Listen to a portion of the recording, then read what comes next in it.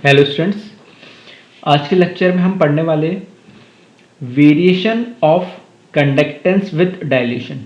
ठीक है, आज के लेक्चर में जो डाइल्यूशन का इफेक्ट होने वाला है कंडक्टेंस पे, कंडक्टिविटी पे, मोलर कंडक्टिविटी पे, इक्विवेलेंट कंडक्टिविटी पे, स्ट्रॉन्ग इलेक्ट्रोलाइट, वीक इलेक्ट्रोलाइट। ठीक है, इस पे पूरा हमारा लेक्चर चलेगा आज के लेक्चर में थोड़ा सा लॉजिकल कॉन्सेप्ट है। ठीक है, थ्योरेटिकल कॉन्सेप्ट है तो थोड़ा सा, ठीक है, लॉजिकल वे में ज़्यादा है तो थोड़ा समझने वाला पार्ट ज़्यादा है। ठीक है, तो इसको थोड़ा सा ध्यान से देखिएगा।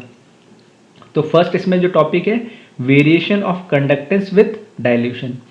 कंडक्टेंस किस तरीके से वेरी कर रहा है डाइल्यूट करने पे, या उसमें डाइल्यूशन का मतलब हम ऑलरेडी देख चुके हैं सॉल्यूशन चैप्टर में, मतलब उसमें हम और क्या ऐड कर दे, वाटर ऐड कर दे तो कंडक्टेंस में कैसे वेरिएशन होता है। तो यह लिखा है conductance of both weak electrolyte and strong electrolyte increases with dilution. क्योंकि हमें पता है इलेक्ट्रोलाइट दो तरह के होते हैं, एक होता है वीक इलेक्ट्रोलाइट और एक होता है स्ट्रॉन्ग इलेक्ट्रोलाइट। स्ट्रॉन्ग इलेक्ट्रोलाइट मतलब जो 100% आयोनाइज हो जाता है, और वीक इलेक्ट्रोलाइट जो 100% आयोनाइज नहीं होता। ठीक है, बेसिक सा डिफरेंस। लेकिन दोनों ही का जो कंडक्टेंस है, दोनों टाइप के इलेक्ट्रोलाइट का जो कंडक्टेंस है वो डाइल्यूशन के साथ बढ़ता ही है, हमेशा इंक्रीज होता है। लेकिन दोनों का जो रीजन है इंक्रीज होने का वो अलग अलग है नहीं। ठीक है, तो इस चीज को ध्यान से समझिएगा। तो फर्स्ट मैं ले रहा हूं वीक इलेक्ट्रोलाइट। ठीक है, तो वीक इलेक्ट्रोलाइट के लिए कैसे डाइल्यूशन से कंडक्टेंस बढ़ता है वो हम देखते हैं। डाइल्यूशन का मतलब आपको पता है, डाइल्यूशन का मतलब होता है कि वॉल्यूम बढ़ना है। ठीक है, मतलब कोई सॉल्यूशन हमारे पास ऑलरेडी बना हुआ है, उस सॉल्यूशन के अंदर हम क्या ऐड कर दे रहे हैं, एक्स्ट्रा ऊपर से वाटर ऐड कर दे रहे हैं, तो उसी प्रोसेस को हम क्या बोलते हैं, डाइल्यूशन। तो डाइल्यूशन से हमेशा क्या होता है, वॉल्यूम इंक्रीज होता है। वॉल्यूम इंक्रीज होता है तो उसकी वजह से कंसंट्रेशन क्या होगा, डिक्रीज होगा। क्योंकि हमें पता है डाइल्यूशन का फॉर्मूला भी हम देख चुके हैं। जो डाइल्यूशन होता है तो डाइल्यूशन की वजह से M1 V1 equals to M2 V2, ये फॉर्मूला डाइल्यूशन वाला ऑलरेडी हम सॉल्यूशन चैप्टर में देख चुके हैं। क्योंकि इसमें हो क्या रहा है कि मेरे पास ऑलरेडी इसमें फॉर एग्जांपल 1 लीटर, ठीक है, 1 लीटर का मेरे पास क्या एक सॉल्यूशन बना हुआ है। ठीक है, फॉर एग्जांपल NaCl का सॉल्यूशन है, 1 लीटर है और इसकी मोलिटी मैंने मान ली अभी कितनी, 1 मोलर है। अब इसके अंदर मैंने 500 ml H2 और ऐड कर दिया है। तो अब ये क्या हुआ, इसका वॉल्यूम बढ़ गया। ठीक है, वॉल्यूम बढ़ गया तो इसमें जो NaCl है उसकी मोलरिटी भी तो चेंज हो जाएगी। ठीक है, तो ये अब 1 लीटर की जगह अब कितना हो गया, ये 1.5 लीटर हो गया। तो अब मुझे यहाँ पर इसकी मोलरिटी कैलकुलेट करनी है, तो ये फॉर्मूला डाइल्यूशन का फॉर्मूला हम यूज़ करते हैं। तो इसमें पहले कितना था, मोलरिटी इसकी 1 इंटू वॉल्यूम भी 1, बाद में मोलरिटी में पता नहीं, लेकिन बाद में कितना हो गया 1.5। तो जब M2 को आप चेक करोगे तो 1/1.5, मतलब पहले कितनी थी मोलरिटी 1 और अब 1/1.5, मतलब क्या हो गई, कम हो गई। मतलब सिंपल सा हम कह सकते हैं कि डाइल्यूशन से, ठीक है, ये सब हम ऑलरेडी पढ़ चुके हैं, लेकिन डाइल्यूशन से क्या होता है, वॉल्यूम बढ़ेगा तो ऑब्वियस सी बात है कि मोलरिटी कम होगी। और दूसरे तरीके से समझ सकते हैं कंसंट्रेशन हम जिसको बोलते हैं, जब मैं कंसंट्रेशन को और क्या बोल दूं, मोलरिटी या नॉर्मलिटी कुछ भी बोल दो। ठीक है, कंसंट्रेशन क्या होता है, मोल अपॉन वॉल्यूम, मोल पर लीटर ऑफ सॉल्यूशन या मोल पर लीटर ऑफ पर लीटर वॉल्यूम, तो वो होता है मोलरिटी। और कंसंट्रेशन जनरल बोलूं मैं कंसंट्रेशन तो क्या होगा, मोल अपॉन वॉल्यूम। तो अगर वॉल्यूम बढ़ रहा है तो ऑब्वियस सी बात है कंसंट्रेशन क्या होगा, कम होगा। ठीक है, क्योंकि नंबर ऑफ मोल्स जो है उसमें कोई चेंज नहीं आ रहा है। अगर यहाँ पे 100 पार्टिकल्स थे तो अभी भी 100 पार्टिकल्स ही NaCl के, उसमें कोई चेंज नहीं आया। तो वॉल्यूम बढ़ने से कंसंट्रेशन हमेशा क्या हो रहा है, कम हो रहा है। अब इसको ध्यान से समझना कि कंसंट्रेशन अब कम हो रहा है तो इसकी वजह से डिग्री ऑफ डिसोसिएशन बढ़ रहा है। डिग्री ऑफ डिसोसिएशन कैसे बढ़ रहा है, आयोनिक इक्विलिब्रियम में हम 11th क्लास में पढ़ चुके हैं। ठीक है, ऑसवाल्ड लॉ हम पढ़ चुके, ऑसवाल्ड डाइल्यूशन लॉ। ठीक है, तो अल्फा क्या है यहाँ पे, डिग्री ऑफ डिसोसिएशन है, वो होता है equals to under root K upon C। K constant है और C क्या है यहाँ पर, कंसंट्रेशन। ठीक है। तो ये तो मुझे समझ में आ गया, कंसंट्रेशन डिक्रीज हो रहा है, तो कंसंट्रेशन कम होगा तो डिग्री ऑफ डिसोसिएशन क्या हो जाएगा, बढ़ जाएगा। डिग्री ऑफ डिसोसिएशन का बढ़ने का मतलब क्या है कि हमारे पास वीक इलेक्ट्रोलाइट है, वीक इलेक्ट्रोलाइट है तो इसके अंदर जो पार्टिकल्स होंगे, ठीक है, कैटायन और एनायन जो पार्टिकल्स होंगे वो इसमें, फॉर एग्जांपल अगर 10 मेरे पास पार्टिकल है तो वीक इलेक्ट्रोलाइट के केस में 10 के 10 पार्टिकल आयोनाइज नहीं हुए, फॉर एग्जांपल 6 हुए, 7 हुए, 8 हुए, लेकिन 10 के 10 आयोनाइज नहीं हुए। तो जितना मैं इसको डाइल्यूट करूंगा उतना ही क्या होगा, डाइल्यूट करने से क्या होगा, वॉल्यूम बढ़ेगा, वॉल्यूम बढ़ेगा तो कंसंट्रेशन क्या होगा, कम होगा, कंसंट्रेशन कम होगा तो डिग्री ऑफ डिसोसिएशन क्या हो जाएगा, उसका बढ़ जाएगा।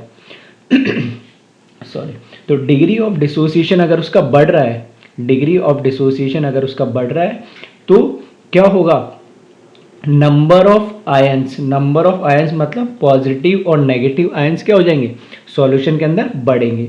अब ये नंबर ऑफ आयंस अगर सॉल्यूशन के अंदर बढ़ रहे हैं तो उसकी वजह से हमारे कंडक्टेंस में कोई चेंज आएगा क्या, बिल्कुल आएगा, क्योंकि इलेक्ट्रोलाइटिक सॉल्यूशन के अंदर जो कंडक्टेंस हो रहा है किसकी वजह से हो रहा है, आयंस के मूवमेंट की वजह से तो हो रहा है। तो अगर नंबर ऑफ आयंस अगर मेरे बढ़ रहे हैं तो ऑब्वियस सी बात है मेरा इलेक्ट्रोलाइटिक कंडक्शन भी क्या होगा, या कंडक्टेंस क्या होगा, बढ़ेगा।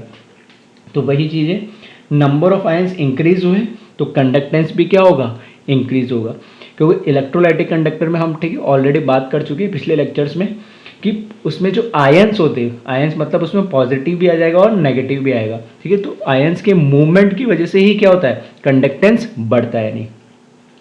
तो फिर से एक बार समझ लेना ध्यान से, डाइल्यूशन होने से वॉल्यूम बढ़ेगा, वॉल्यूम बढ़ेगा तो कंसंट्रेशन कम होगी, वो मैंने लिख दिया। फिर डिग्री ऑफ डिसोसिएशन बढ़ रहा है, और कैसे बढ़ रहा है, ये ऑसवाल्ड डाइल्यूशन लॉ के अकॉर्डिंग, ठीक है। तो डिग्री ऑफ डिसोसिएशन वो होता है कंसंट्रेशन की इन्वर्सली प्रोपोर्शनल होता है, तो कंसंट्रेशन कम हो रही तो डिग्री ऑफ डिसोसिएशन बढ़ेगा, और डिग्री ऑफ डिसोसिएशन बढ़ेगा तो नंबर ऑफ आयंस इंक्रीज होंगे, क्योंकि ये वीक इलेक्ट्रोलाइट है। अभी सारे के सारे हमारे पास जो हमारे पास जितने भी पार्टिकल्स इलेक्ट्रोलाइट के वो सारे के सारे आयोनाइज नहीं हुए, तो नंबर ऑफ आयंस अब पॉजिटिव और नेगेटिव क्या होंगे, एक दूसरे से अलग अलग होंगे, डिसोसिएट होंगे, तो नंबर ऑफ आयंस बढ़ेंगे।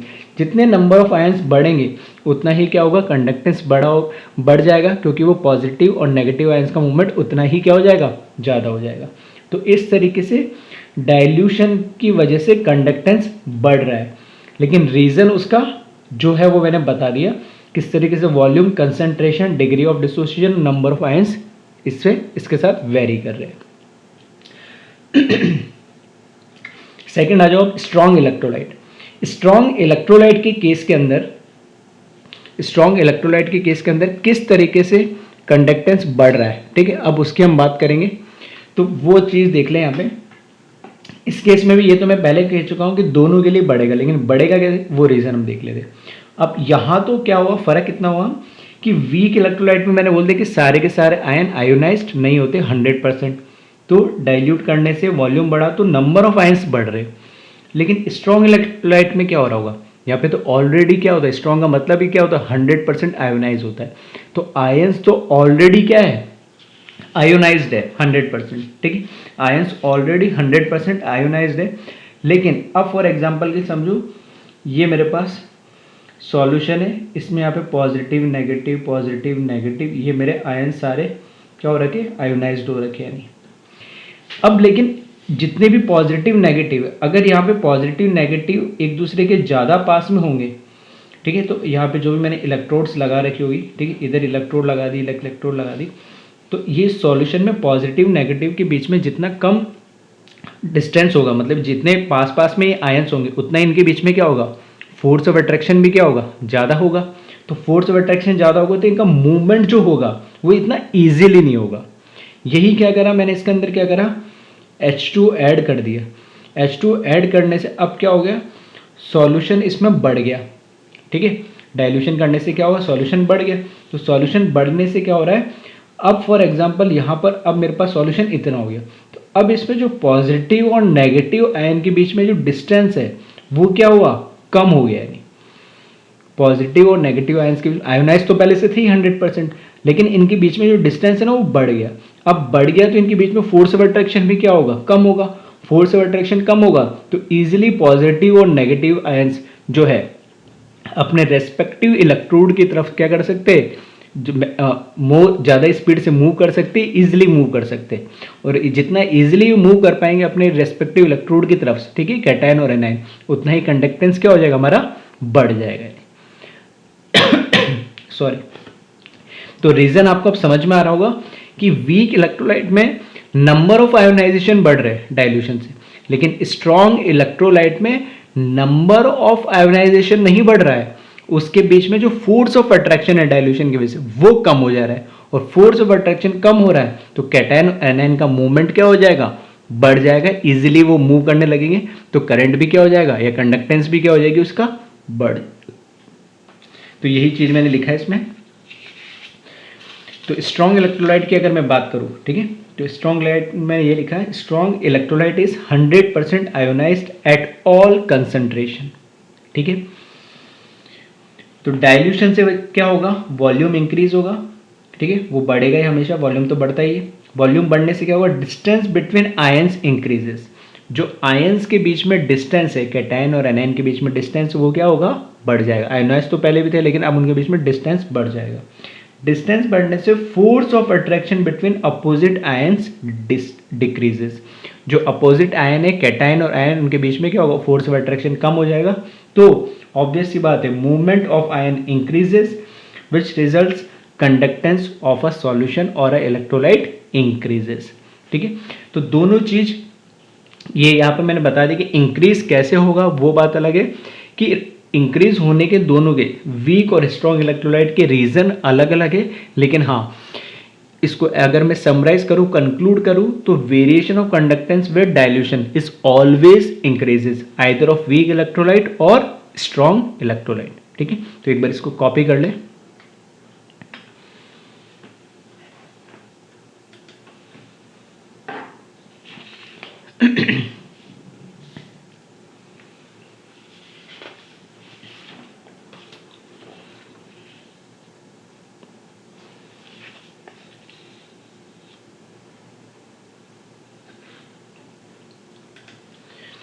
नेक्स्ट है variation of conductivity with dilution. Variation of, last topic था, पिछला था सब टॉपिक कंडक्टेंस मतलब कैपिटल सी, यहाँ बात हो रही कंडक्टिविटी मतलब के, कप्पा जैसे हम बोलते हैं, ठीक है, स्पेसिफिक कंडक्टेंस बोलते हैं। तो variation of conductivity with dilution, तो अब कंडक्टिविटी किस तरीके से डाइल्यूशन के साथ वेरी करेगी, तो इसमें देखिए फर्स्ट इसमें लिखा है सबसे पहले कंडक्टिविटी है क्या। Conductivity is defined as conductance of ions present in 1 millilitre of solution, ठीक है। बात कर चुके हैं हम पहले लेक्चर में कि कंडक्टिविटी क्या डिफाइन करता है, क्योंकि यहाँ पे एक इलेक्ट्रोलाइट की बात हो रही है, ठीक है। तो इलेक्ट्रोलाइट किस फॉर्म में होगा, सॉल्यूशन फॉर्म में। तो 1 मिलीलीटर, 1 ml जो हमारा इलेक्ट्रोलाइट है, उस सॉल्यूशन की वजह से, उस 1 ml सॉल्यूशन की जो कंडक्टिविटी है, या उस 1 ml सॉल्यूशन के अंदर जितने नंबर ऑफ आयंस है, कैटायन और एनायंस है, उनकी वजह से जो कंडक्टेंस है वही क्या कहलाता है, स्पेसिफिक कंडक्टेंस या कंडक्टिविटी कहलाती है। अब डाइल्यूशन से हो क्या रहा है, इसको ध्यान से समझना। देखो डाइल्यूशन के केस में क्या हो रहा है, अभी मैंने एग्जांपल के लिए मान लिया कि ये मेरा कंडक्टिविटी सेल है, ठीक है। इस कंडक्टिविटी सेल के अंदर ये मेरे इलेक्ट्रोड्स हो गए, ठीक है, जिसको मैंने पॉजिटिव और नेगेटिव से क्या कर दूं, कनेक्ट कर दूं। इसके बीच में भी इलेक्ट्रोलाइट भरा हुआ है।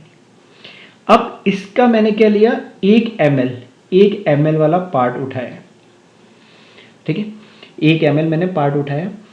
अब फॉर एग्जांपल इसमें मैं मान लेता हूं कि अभी इसमें कितने थे, 10 पार्टिकल थे, यानी ठीक है 10 पार्टिकल थे इसमें, इस पूरे के अंदर, और उसका मैंने 1 ml उठाया। तो फॉर एग्जांपल मैंने मान लिया इसके अंदर 1 ml के अंदर 3 पार्टिकल आ रहे हैं इसके, किसके, इलेक्ट्रोलाइट के। अब मैंने इसको क्या करा, इसके अंदर H2O ऐड कर दिया। डाइल्यूशन का मतलब क्या, पानी ऐड करना, तो मैंने इसमें क्या ऐड कर दिया, H2O। जैसे ही मैं इसके अंदर H2O ऐड करूंगा, ठीक है, जैसे मैंने इसको डाइल्यूट करा, डाइल्यूट करने के बाद फिर मैंने इसमें से 1 ml क्या निकाला, वाटर ने 1 ml क्या करा, सॉल्यूशन निकाल लिया, इलेक्ट्रोलाइट निकाल लिया, ठीक है, सॉल्यूशन निकाला। तो अब मुझे बताइए उस 1 ml सॉल्यूशन के अंदर अभी भी 3 ही पार्टिकल रहेंगे क्या, ठीक है। तो ध्यान से सुनना, क्योंकि पहले भी 10 पार्टिकल थे इस सॉल्यूशन में, अभी भी 10 पार्टिकल है। इसको इस तरीके से समझ सकते हो, पहले इस लेवल के अंदर 10 पार्टिकल थे, अब मैंने वाटर ऐड करा तो अब इस लेवल के अंदर 10 पार्टिकल आ गए। तो पहले यहाँ पे जो 10 पार्टिकल्स हमारे पास थे कैटायन एनायन, तो उनकी क्या होगी, कंसंट्रेशन ज़्यादा होगी, मतलब आयंस क्या मिलेंगे, पास पास। तो यहाँ से जब मैंने 1 ml सॉल्यूशन निकाला तो उसमें 3 पार्टिकल है। अब ये जब इसका मैंने वॉल्यूम बढ़ा दिया, लेकिन अभी भी 10 पार्टिकल है, तो अब आयंस का मूवमेंट क्या हो गया, दूर दूर हो गया। आयंस क्या हो गए, दूर दूर हो गए। अब जब मैं इसका 1 ml निकालूंगा तो उसमें अब 3 पार्टिकल नहीं मिलाएंगे, कुछ ना कुछ उससे कम मिलेंगे। फॉर एग्जाम्पल 2 पार्टिकल या 1 ही पार्टिकल मिलेगा। ठीक है, आई थिंक ये मेरी बात समझ में आ रही होगी सबको, कि जब मैं इसको डाइल्यूट करूंगा तो नंबर ऑफ जो पार्टिकल्स है, ठीक है, हमारे इलेक्ट्रोलाइट के पार्टिकल है कैटायन एनायन, वो तो अभी भी सेम है।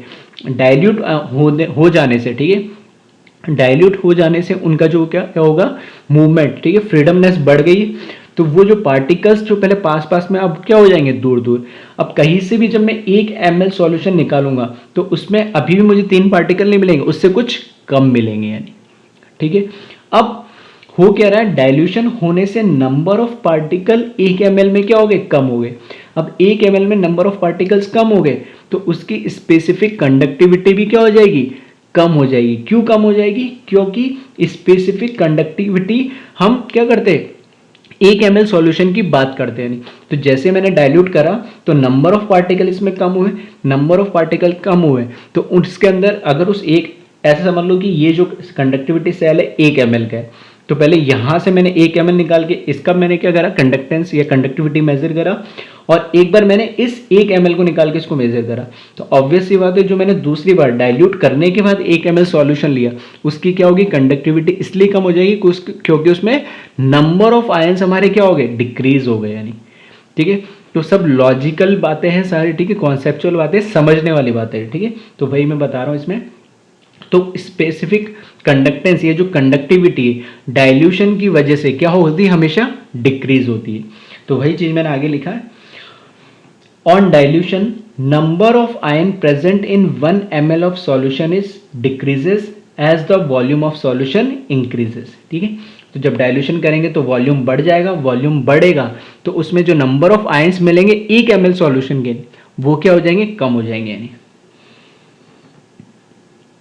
Due to decrease in number of ions in 1 ml solution, the conductivity is also decreases। ठीक है, बाकी एक्सप्लेन मैंने पूरा बिल्कुल बता दिया किस तरीके से ये कंडक्टिविटी कम हो रही है। ठीक है, और लॉजिकली भी आपको समझा दिया, और डाइल्यूशन, ठीक है, जो dilution M1V1 equals to M2V2 से भी आपको समझ में आता है कि किस तरीके से वॉल्यूम बढ़ने से, ठीक है, एक बार मैंने बता दिया किस तरीके से मोलरिटी, या मैं बोल सकता हूँ कंसंट्रेशन कैसे कम होती है। ये बात हुई किसकी, कंडक्टिविटी की।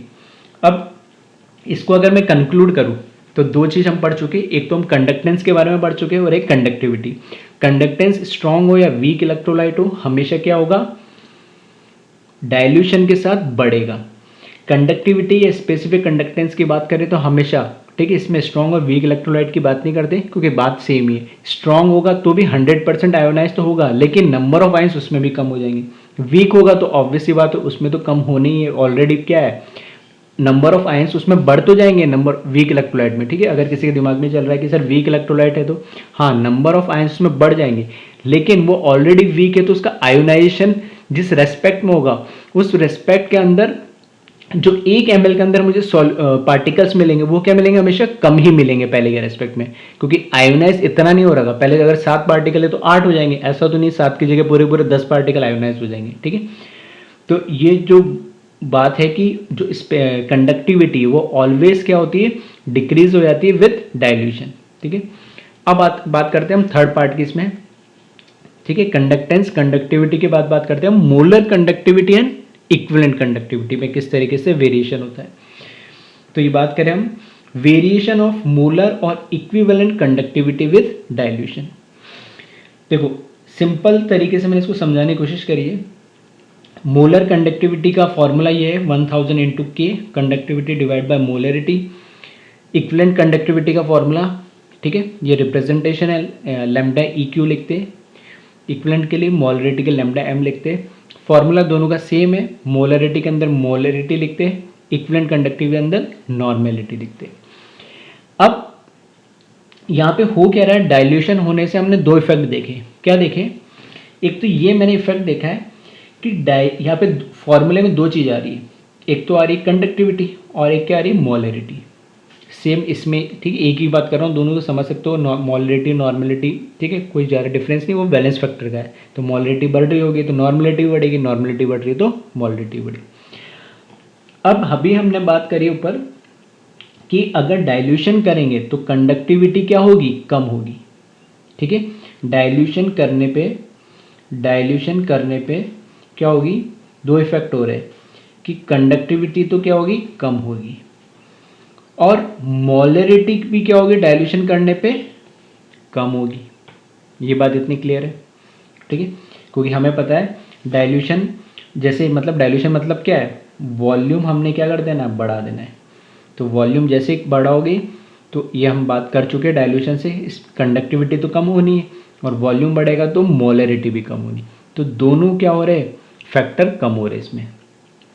अब हो क्या रहा है, देखो यहाँ पे जो मोलरिटी है, ठीक है, मोलरिटी अगर कम होगी तो इसके लिए, मोलरिटी अगर कम होगी तो ये अगर टर्म कम, ये डिक्रीज होगा तो ये क्या होगा, बढ़ेगा।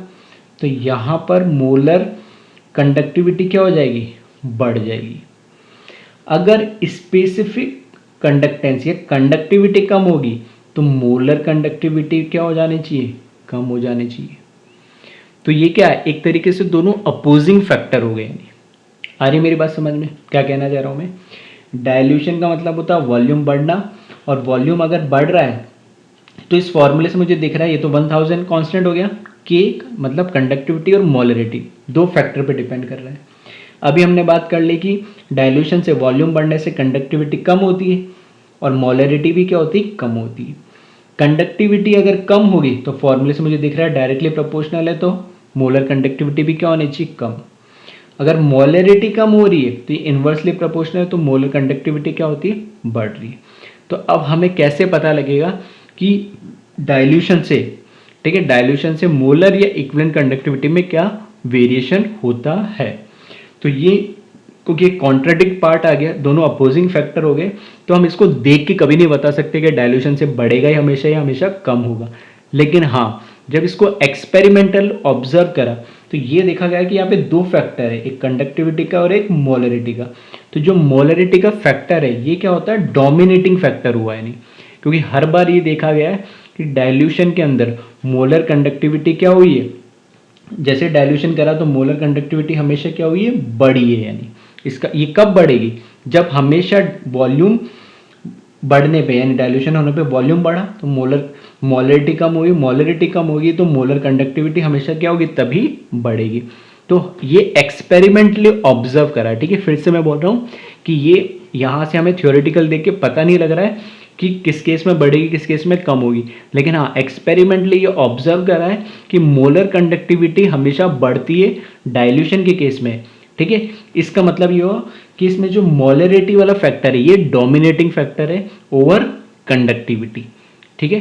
तो ये बात क्लियर रख लेना, ठीक है। फॉर्मूले से मैंने दोनों चीज़ बता दी है, लेकिन हाँ एक्सपेरिमेंटल जो ऑब्जर्व हुआ उसके अकॉर्डिंग में कंक्लूजन बता रहा हूँ। तो वही चीज़ें लिखी है मैंने। On dilution volume of solution increases which results molarity और नॉर्मेलिटी, ठीक है। दोनों बात कर ली मैंने, मोलर कंडक्टिविटी के लिए मोलरिटी बोलूंगा और इक्विवेलेंट कंडक्टिविटी के लिए मैं क्या बोलूंगा, नॉर्मेलिटी। तो on dilution volume of solution increases which results molarity और normality of solution decreases and conductivity of solution also decreases, ठीक है। तो वही चीज मैंने लिखा है यहाँ पे कि डाइल्यूशन का मतलब क्या हो, वॉल्यूम बढ़ जाना, वॉल्यूम बढ़ेगा तो मोलरिटी और नॉर्मलिटी कम होगी, एज वेल एज जो कंडक्टिविटी होगी वो भी क्या होगी, कम होगी, ठीक है। तो एक बार इसको कॉपी कर ले।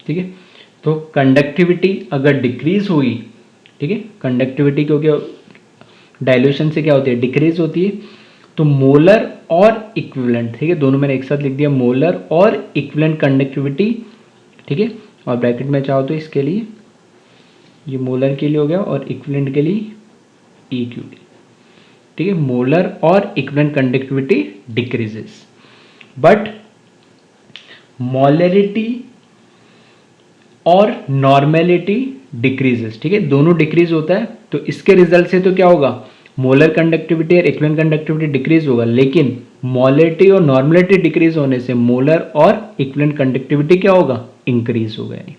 तो ये दोनों क्या, ये चीज मैं एक्सप्लेन कर रहा था, दोनों क्या हो गए, अपोजिंग फैक्टर हो गए।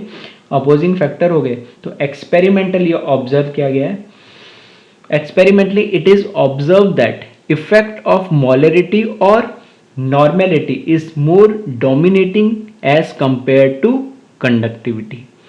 Therefore, molar or equivalent conductivity of electrolyte increases with dilution. ठीक है, तो फिर से ये कंक्लूजन है जिसको आप ध्यान रखें कि मोलर और equivalent conductivity always increases with dilution. ठीक है, 3 कंक्लूजन हम देख चुके हैं। पहला कि जो कंडक्टेंस है वो स्ट्रॉन्ग हो या वीक इलेक्ट्रोलाइट है, डाइल्यूशन के साथ बढ़ेगा। दूसरा, जो कंडक्टिविटी है वो डाइल्यूशन के साथ हमेशा कम होगा। तीसरा, मोलर और इक्विवेलेंट कंडक्टिविटी भी डाइल्यूशन के साथ हमेशा क्या होगा, बढ़ेगा। ठीक है, 3 चीजें हम डिस्कस कर चुके हैं। अब इससे हम आगे चलते हैं। नेक्स्ट एडिंग है variation of molar conductivity with concentration. ठीक है, अब कंफ्यूज मत होना, जो हमने पढ़ा उसी को मैं वापस से डिस्कस कर रहा हूँ, लेकिन जो एक्सपेरिमेंटली प्रूव्ड है उसके बेसिस पे। अभी तक मैं सिर्फ डाइल्यूशन वर्ड यूज कर रहा था, अब क्या लिखा मैंने यहाँ पे, कंसंट्रेशन। इसका क्या मतलब हुआ, देखो डाइल्यूशन बढ़ने का मतलब है कि मैं उसका क्या कर रहा हूँ, वॉल्यूम बढ़ा रहा हूँ, क्योंकि हमने ये फॉर्मूला देख ही लिया है। फॉर्मूला क्या, हमने बोला कि जो कंसंट्रेशन होता है, ठीक है, कंसंट्रेशन होता है वो होता है मोल अपॉन वॉल्यूम। अगर मैं कह रहा हूं डाइल्यूशन, ठीक है, अगर टर्म में यूज कर रहा हूं डाइल्यूशन, दैट इज, इसका मतलब क्या हो, मैंने वॉल्यूम को बढ़ाया, तो अपने आप कंसंट्रेशन क्या हो जाएगा, कम हो जाएगा। उल्टा मैं बोल दूं, मैं बोल रहा हूं कि कंसंट्रेशन को अगर मैंने बढ़ाया तो वॉल्यूम को मैं क्या कर दूं, कम कर दूं। ठीक है, तो मैं ये तो नहीं बोलूंगा डाइल्यूशन कम कर दूं, क्योंकि डाइल्यूशन तो कम नहीं होता, डाइल्यूशन तो एक जनरल टर्म है जिसका मतलब होता है वाटर्स में ऐड कर देना। लेकिन हाँ, मैं कंसंट्रेशन के लिए इसको यूज कर सकता हूँ कि मैं बोल रहा हूँ कि अगर वॉल्यूम बढ़ाया तो कंसंट्रेशन कम होगा। इसका उल्टा बोल सकता हूँ, अगर वॉल्यूम, इसको उल्टा कैसे बोल सकते हैं, अगर कंसंट्रेशन कम हो रहा है तो वॉल्यूम बढ़ रहा है, तो अगर कंसंट्रेशन बढ़ जाएगा तो वॉल्यूम क्या हो जाएगा, कम हो जाएगा, ऐसा बोल सकते हैं हम। और अगर वॉल्यूम कम हो जाएगा तो उसका उल्टा इफेक्ट हमें मिलेगा, यानी डाइल्यूशन करने पे अगर कंसंट्रेशन कम हो रहा है तो कंसंट्रेशन बढ़ाने पे उसका उल्टा इफेक्ट दिखने चाहिए, जो भी हम डाइल्यूशन से कर रहे हैं, यानी मतलब डाइल्यूशन से पहले की कहानी है। ठीक है, तो इसको कंफ्यूज मत होना, कंसंट्रेशन या डाइल्यूशन के फॉर्म में। ठीक है, कैसे भी, पिछले 3 टर्म मैंने डाइल्यूशन इसलिए लिखे क्योंकि वो इसी तरीके से, ठीक है, टॉपिक्स दिए गए ताकि आप उसको जब पढ़ो या उस पर क्वेश्चन आए तो आपको कंफ्यूजन ना हो। लेकिन डाइल्यूशन और कंसंट्रेशन टर्म्स कैसे रिलेट है, ठीक है, उसको ज़्यादा मुझे लगता है समझाने की जरूरत है, क्योंकि वो बेसिक से एक फंडा है नहीं। ठीक है, क्योंकि कंसंट्रेशन और वॉल्यूम में आपको रिलेशन पता है। अब जो मोलर कंडक्टिविटी, ठीक है, मोलर कंडक्टिविटी है और कंसंट्रेशन के साथ किस तरीके से वेरी करता है एक्सपेरिमेंटली, वो हमें देखना है। तो यहाँ पर 2 केस वापस से मिलूंगा, एक स्ट्रॉन्ग इलेक्ट्रोलाइट के लिए और एक किसके लिए, वीक इलेक्ट्रोलाइट के लिए। तो जो स्ट्रॉन्ग इलेक्ट्रोलाइट के लिए जो मैं अगर बात करूं तो यहाँ पे एक एक्सपेरिमेंटली, ठीक है, एक्सपेरिमेंटली एक हमें फॉर्मूला मिला है, ठीक है, जो साइंटिस्ट ने हमें दिया है। वो फॉर्मूला इस तरीके से है, लैम्डा एम और ऊपर लिखा हुआ है ये सी। ठीक है, रिप्रेजेंटेशन देख लेना। ये हम क्या, अभी तक अगर मैं सी को हटा दूं तो ये लैम्डा एम मतलब मोलर कंडक्टिविटी हुई, और उसी की हम बात कर रहे हैं मोलर कंडक्टिविटी। ऊपर लगाया मैंने सी इज इक्वल्स टू वापस लैम्डा एम और ऊपर लगा मैंने इन्फिनिटी। ठीक है, यहां लिखा है सी और यहां लिखा है क्या, इन्फिनिटी, माइनस बी, ठीक है, स्मॉल बी अंडर रूट सी। ये molar conductivity at any concentration कहलाता है। एम तो क्या हुआ, मोलरिटी के लिए, और लैम्डा क्या है, कंडक्टिविटी। तो molar conductivity at any concentration, जो भी हमें कंसंट्रेशन गिवन होगी उसको इस तरीके से रिप्रेजेंट करते हैं, और ये कहलाता है molar conductivity at infinite dilution. और इसका एक दूसरा नाम भी है, ठीक है, इसको लिमिटिंग मोलर कंडक्टिविटी भी बोला जाता है। आइदर इसको बोलते हैं molar conductivity at infinite dilution और लिमिटिंग मोलर कंडक्टिविटी। ये है बी, कोई कांस्टेंट है, क्या है इसको हम एक्सप्लेन करेंगे। और सी जो है इसमें, ये स्मॉल सी जो दिख रहा है आपको, कंसंट्रेशन है, ये क्या है, कंसंट्रेशन। और इस इक्वेशन का एक नाम है, ठीक है, वो साइंटिस्ट के नेम से दी गई है, इसको बोलते हैं डेबाय हकल ऑनसेगर इक्वेशन, ठीक है, डेबाय हकल ऑनसेगर इक्वेशन बोलते हैं। और ये जो इक्वेशन है, ये जो इक्वेशन है सिर्फ और सिर्फ किसके लिए, स्ट्रॉन्ग इलेक्ट्रोलाइट के लिए, ये वीक इलेक्ट्रोलाइट के लिए नहीं है। फिर से मैं बोल रहा हूँ, ये जो इक्वेशन है एप्लीकेबल है स्ट्रॉन्ग इलेक्ट्रोलाइट के लिए, ये सिर्फ स्ट्रॉन्ग इलेक्ट्रोलाइट के लिए ऑब्जर्व की गई है, ये वीक इलेक्ट्रोलाइट के लिए नहीं है। और इस इक्वेशन का नाम है डेबाय हकल ऑनसेगर इक्वेशन, ठीक है। इसका मीनिंग क्या है, किस तरीके से इसका एक ग्राफ प्लॉट होता है वो हम देखते हैं, एक बार इसको आप जल्दी से कॉपी कर लें।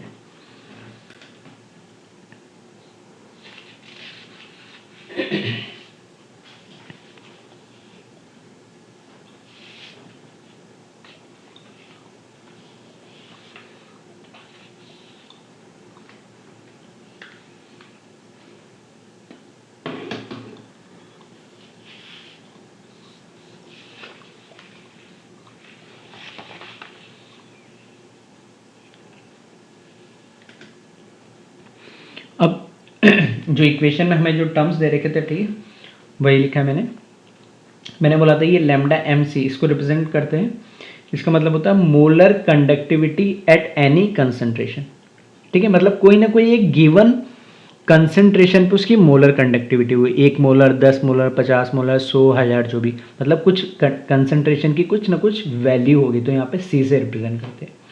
जो दूसरा टर्म है जिसको हम लैम्डा एम और ऊपर इन्फिनिटी लिखते हैं, ये है molar conductivity at infinite dilution. Infinite dilution का मतलब क्या है कि इसमें जो हम वाटर ऐड कर रहे हैं या इसको हम जो डाइल्यूट कर रहे हैं उसकी कोई लिमिट नहीं है, इसलिए इसको क्या बोलते हैं, लिमिटिंग मोलर कंडक्टिविटी बोलते हैं, ठीक है। अब नेम थोड़ा सा अलग है कि सर जब लिमिट नहीं है तो इसको लिमिटिंग ही बोलते हैं, ठीक है। जो नेमिंग दी गई है मैं वही बता रहा हूँ, लिखा नहीं है मैंने, लेकिन हाँ आगे यूज होगा तो मैं बता दे रहा हूँ। लैम्डा एम इन्फिनिटी जो molar conductivity at infinite dilution है, इसी को हम बोलते हैं लिमिटिंग मोलर कंडक्टिविटी भी, ठीक है। इनफाइनाइट डाइल्यूशन का मतलब है कि हम इतना इसमें क्या कर दें, ऐड कर दें, ठीक है, इतना वाटर ऐड कर दें, इतना वाटर हम इसमें ऐड कर दें कि इसमें जो वीक इलेक्ट्रोलाइट भी हो, सॉरी, ठीक है, वीक इलेक्ट्रोलाइट तो नहीं, ये तो स्ट्रॉन्ग इलेक्ट्रोलाइट के लिए, लेकिन इसमें जो वाटर हम ऐड कर रहे हैं उसकी कोई लिमिट नहीं है कि, और क्योंकि जो स्ट्रॉन्ग इलेक्ट्रोलाइट होता है, स्ट्रॉन्ग इलेक्ट्रोलाइट तो ऑलरेडी क्या है, 100% क्या है, आयोनाइज्ड है।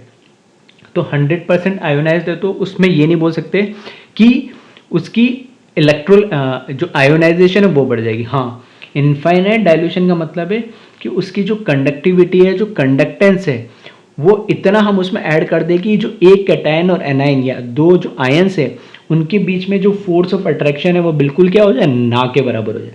मतलब हर आयन अपने आप में क्या हो जाए, एक इंडिपेंडेंट हो जाए, फ्री हो जाए, और उससे कंडक्टिविटी क्या हो जाए, मैक्सिमम हो जाए। फिर नेक्स्ट जो सी है वो कंसंट्रेशन में बता ही चुका था। और जो कांस्टेंट बी है, उस कांस्टेंट बी का मतलब है, ये कहलाता है कांस्टेंट ऑफ सॉल्वेंट। जो भी हमने सॉल्वेंट लिया, ठीक है, लाइक NaCl हमने किस में डाला, वाटर के अंदर डाला, तो उस सॉल्वेंट की बात करें हम, वाटर की बात, तो कांस्टेंट ऑफ सॉल्वेंट कहलाता है which takes into account the viscosity and dielectric constant of solvent. तो ये जो बी है, बी की वैल्यू किस पे डिपेंड करेगी, ठीक है, इतना इंपॉर्टेंट नहीं है, बस मैंने लिख दिया है।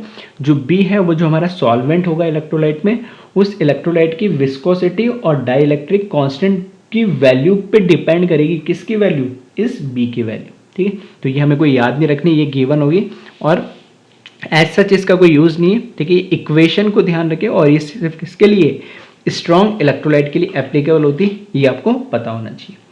अब जो इक्वेशन हमने अभी लिखी है, lambda M C molar conductivity at any concentration is equals to molar conductivity at infinite dilution, minus B under root सी।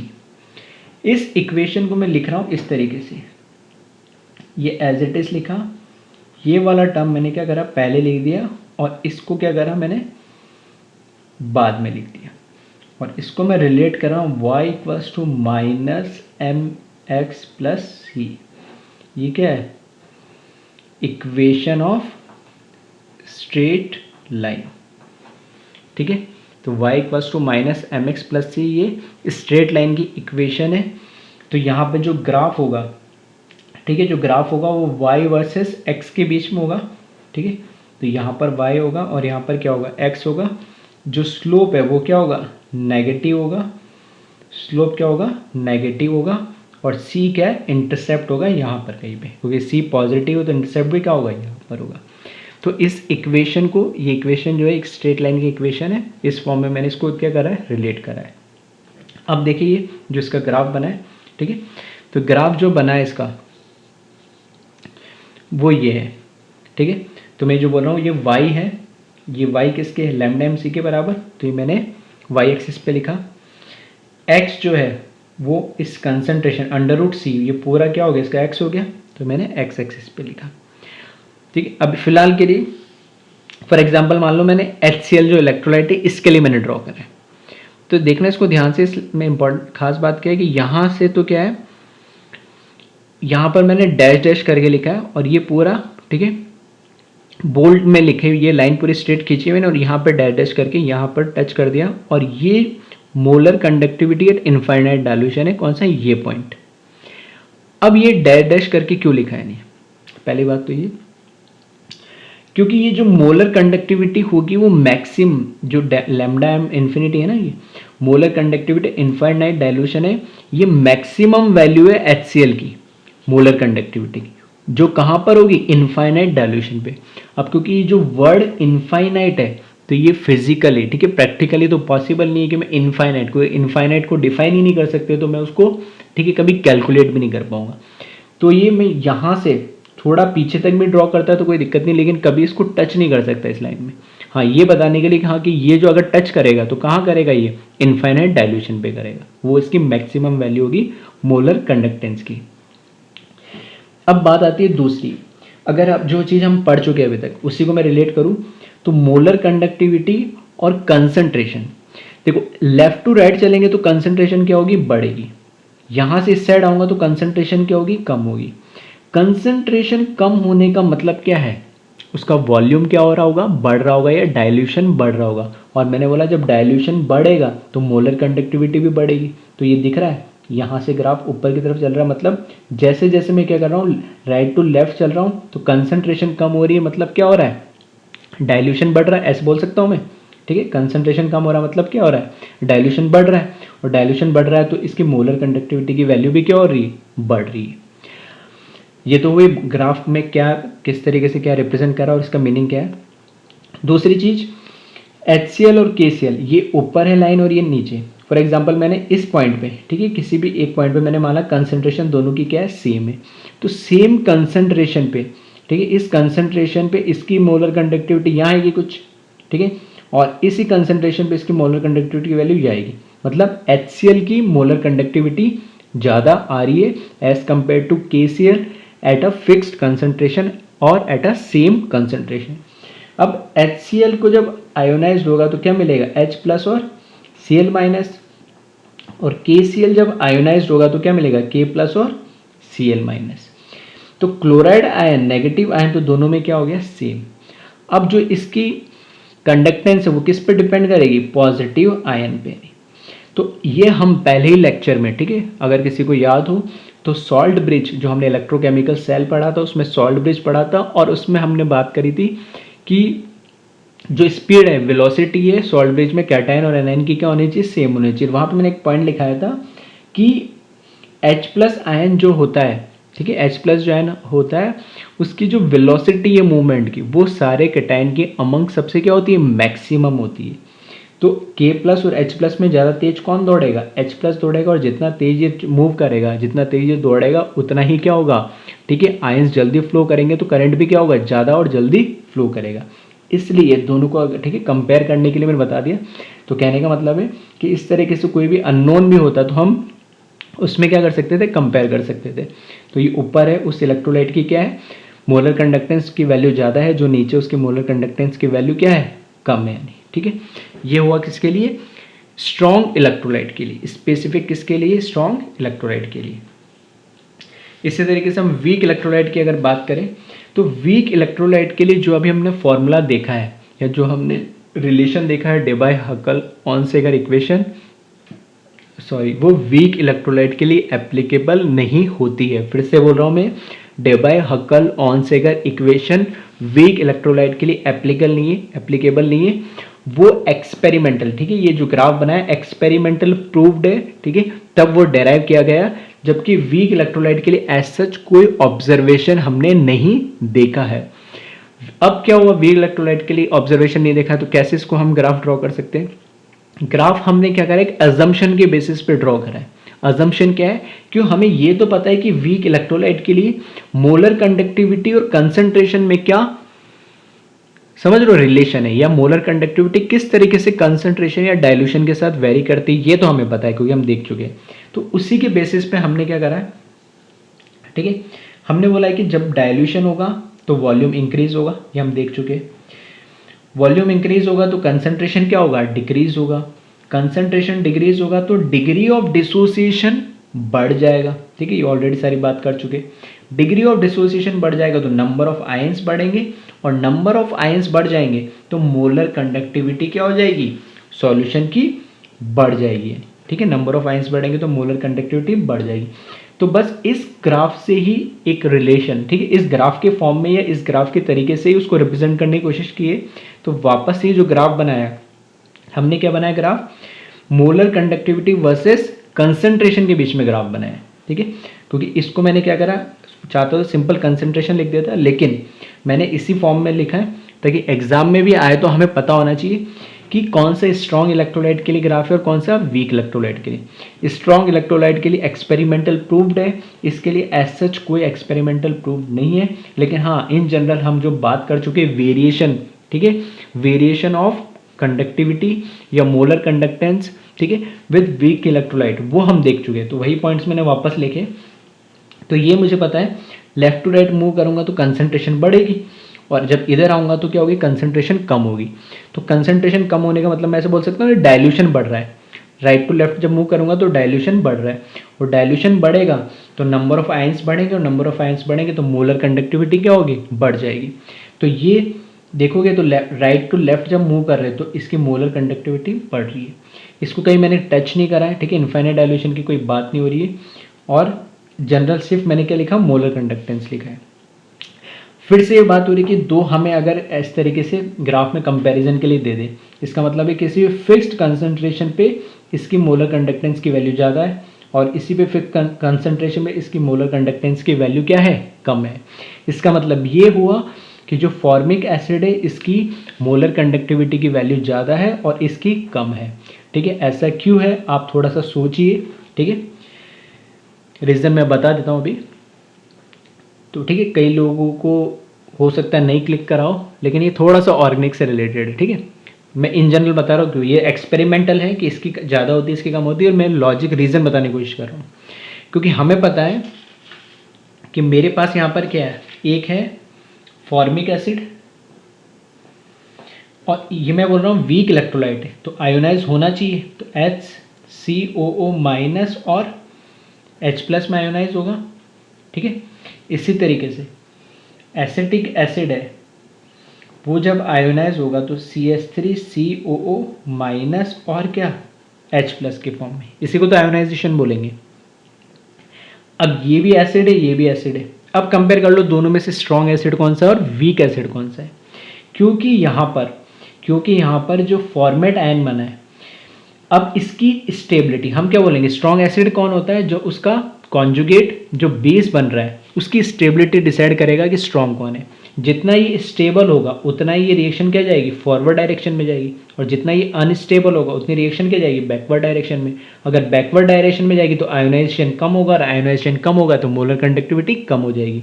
जितना ज़्यादा ये इसका कॉन्जुगेट बेस स्ट्रॉन्ग स्टेबल होगा उतनी रिएक्शन फॉरवर्ड डायरेक्शन में जाएगी, और फॉरवर्ड डायरेक्शन में जाएगी तो आयोनाइजेशन बढ़ेगा, और आयोनाइजेशन बढ़ेगा तो मोलर कंडक्टिविटी भी क्या हो जाएगी, बढ़ जाएगी। तो यहाँ पर हमें पता है क्योंकि H का कोई इफेक्ट नहीं होता है, नेगेटिव को स्टेबल करने के लिए कोई ऐसा ग्रुप होना चाहिए जो क्या करे, उसको इलेक्ट्रॉन को विड्रॉ करे, इलेक्ट्रॉन विड्रॉइंग ग्रुप होना चाहिए। जबकि जो मिथाइल ग्रुप है ये क्या शो करेगा, प्लस आई शो करेगा, तो इसको और ज़्यादा क्या करेगा, डिस्टेबलाइज करेगा, अनस्टेबल करेगा। तो इस वजह से ये ज़्यादा स्टेबल होगा, ज़्यादा स्टेबल होगा तो ज़्यादा आयोनाइज होगा, ज़्यादा आयोनाइज होगा तो ज़्यादा आयंस प्रोड्यूस होंगे, और ज़्यादा आयंस प्रोड्यूस होंगे तो ज़्यादा मोलर कंडक्टिविटी किसकी होगी, फॉर्मिक एसिड की। इसलिए ग्राफ क्या आ रहा है, ऊपर की तरफ मिल रहा है। ठीक है, तो आई थिंक ये आपको रीज़न समझ में आ गया हो। और लास्ट इसी पे, ठीक है, आज के लेक्चर पे बेस्ड ही, ठीक है, ऐसे छोटे मोटे न्यूमेरिकल्स भी पूछे जाते हैं, तो वो क्या है उसको एक बार हम देख लेते हैं। इसको जल्दी से आप कॉपी कर ले।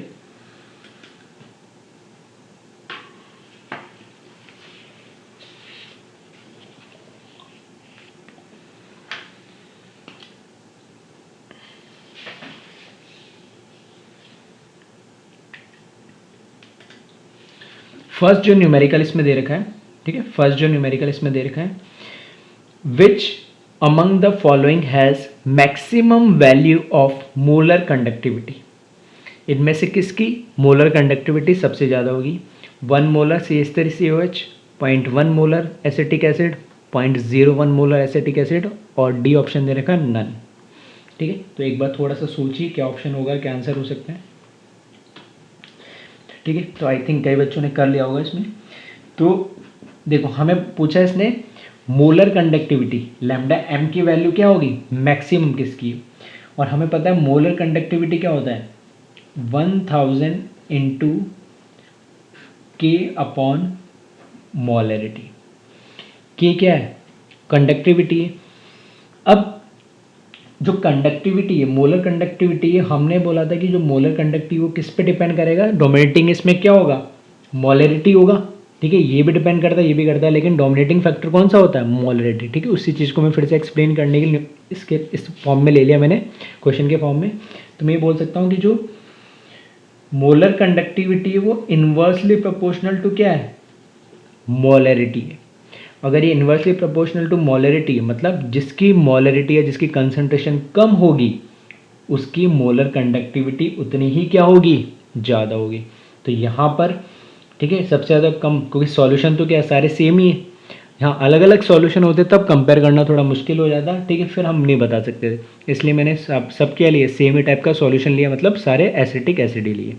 तो इस केस में मोलर कंडक्टिविटी इसकी कम है, ठीक है सबसे, तो ये 0.01 है, ये इससे ज़्यादा 0.1, और ये सबसे ज़्यादा है। ठीक है, तो मोलर कंडक्टिविटी इसकी कम है, तो मोलरिटी इसकी कम है, तो मोलर कंडक्टिविटी इसकी सबसे ज़्यादा हो जाएगी। ठीक है, सिंपल सा क्वेश्चन था।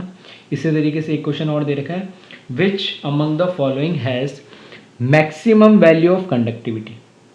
ठीक है, ये पूछा गया था मोलर कंडक्टिविटी, और इस क्वेश्चन में पूछा है सिर्फ कंडक्टिविटी। कंडक्टिविटी का मतलब क्या है, के की वैल्यू पूछी है। नहीं, इसको थोड़ा सा सोचिए। तो इस क्वेश्चन में देखिएगा के की वैल्यू पूछी है, और के की वैल्यू, ठीक है, हमें पता है एक सिंपल सी बात हमने कंक्लूजन निकाला था कि जो कंडक्टिविटी के, ठीक है, कंडक्टिविटी या जो के है वो इनवर्सली प्रोपोर्शनल टू क्या हुआ, dilution. Inversely proportional to dilution मतलब अगर डाइल्यूशन करेंगे हम, ठीक है, अगर डाइल्यूशन करेंगे मतलब क्या, वॉल्यूम अगर बढ़ेगा, डाइल्यूशन का मतलब ही क्या हो गया, वॉल्यूम, और क्या हो जाएगा, वॉल्यूम इनवर्सली प्रोपोर्शनल क्या हो जाएगा, कंसंट्रेशन। आ रही मेरी बात समझ में, किस तरीके से आपको रिलेट करना है। ये हमने कंक्लूजन देखा था कि conductivity inversely proportional to dilution, मतलब डाइल्यूशन बढ़ेगा तो कंडक्टिविटी कम होगी, और डाइल्यूशन बढ़ने का मतलब वॉल्यूम बढ़ना, और वॉल्यूम बढ़ेगा मतलब कंसंट्रेशन कम होना। अब इसमें यहाँ में पूछा है कि मैक्सिमम वैल्यू ऑफ कंडक्टिविटी क्या होगी। तो मैक्सिमम वैल्यू कंडक्टिविटी उसी की होगी जिसका कंसंट्रेशन क्या होगा, मैक्सिमम होगा। तो कंसंट्रेशन मैक्सिमम किसका है, यहाँ पे भी देखेंगे तो ऑक्जेलिक एसिड है H2C2O4, यहाँ पे भी ऑक्जेलिक, ठीक है। तो यहाँ पे 1 है, यहाँ 0.1 है, यहाँ 0.01 है, मतलब मैक्सिमम वैल्यू किसमें, इसके अंदर है कंसंट्रेशन की, तो इसके लिए कंडक्टिविटी की वैल्यू भी क्या हो जाएगी, मैक्सिमम हो जाएगी। ठीक है। तो आज का जो लेक्चर था पूरा थोड़ा कॉन्सेप्चुअली और लॉजिकली था, और इस पे भी कई तरह के क्वेश्चंस पूछे जाते हैं, ठीक है। तो इसको ध्यान से एक बार देख लें लेक्चर को। Thank you.